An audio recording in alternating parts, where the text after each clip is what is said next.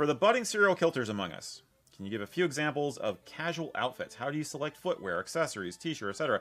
There are a lot of examples if you Google casual kilt outfit, but not many great examples. So he's concerned about having a casual look that doesn't look sloppy, I'm going to guess. Yeah. So this is, some of you know this stuff already, but for all the new folks out there. Read the first sentence of that question again.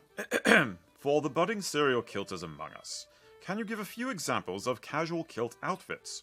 How do you select footwear, accessories, t-shirts, etc.? Okay.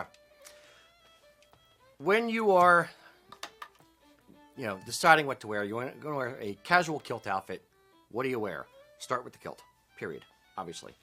That's the most important part of the outfit. For me, then it's kind of your footwear, your socks, or lack thereof. God, I just said that. Your shirt or your upper half. Or lack thereof. Sorry, go ahead. Next show, no shirts. Yeah. No. We want an audience. That wouldn't work. Go ahead. Okay.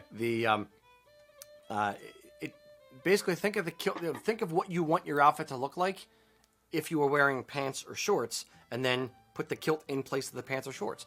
So if I'm wearing a t-shirt, I'm not going to wear kilt hose and a pair of ghillie brogues because it's unbalanced.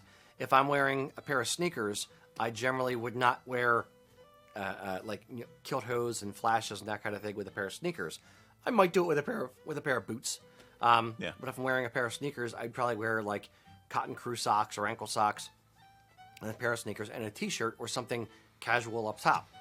If I was wearing a golf polo or golf shirt kind of thing, then I could wear a pair of wingtips and hose and flashes, or a pair of sneakers, depending on how I wanted to look. Because still, both of those would still be acceptable.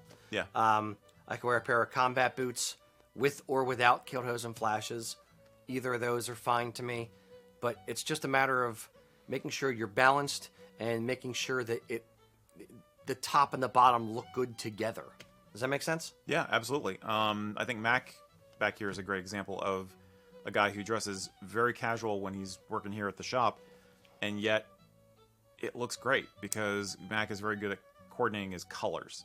If you're somebody who's colorblind, or if you're shy about doing the whole color coordinating thing, then don't worry about that. Stick to neutrals. But it doesn't have to be complicated to look good. If you're concerned about some of the casual outfits you see online,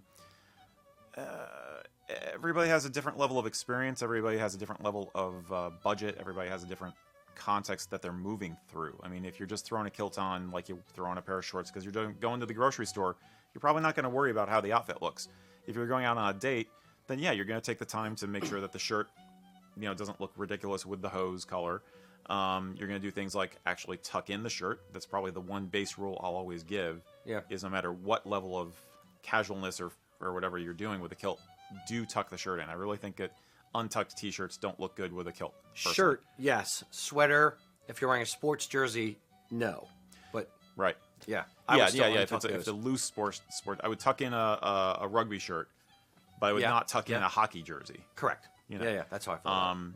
But I've seen some horrible examples of people tucking in sweaters, although some people do it, and it's a thing people do, so it's not against the rules. Depends on the thickness of the sweater. Yeah, too. I just don't particularly care for it myself. Yeah. I think keep it simple, keep it tidy, and everything will be fine.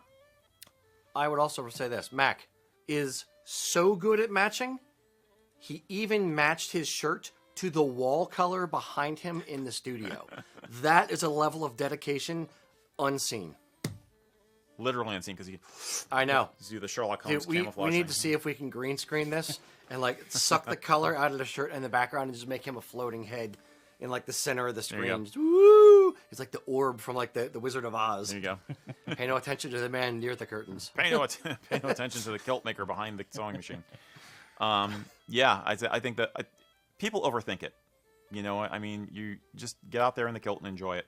I would say this: some people overthink it. Some people underthink it. Some people do underthink You it. do I mean, you need should to look at the still- mirror before you leave the house. Yes, you do still need to pass a mirror. You do still need to look, put together. You do still need to, straighten your kilt so you have your gig line going right down the center. You have your belt, at the proper position. Your shirt's tucked in, your tie's not, whatever. You still are representing yourself as well as culture, Highland culture at the same time. Yeah. So you want to make sure you don't look sloppy. You can look casual without looking sloppy. Yeah, That's and, my point. And if you're really thinking you're not sure if that Hawaiian shirt's going to work with a kilt, the answer is no. It's not going to. When all else fails, let the kilt and the sporran be the center of attention and let everything else fade into the background. Like I said, keep it simple.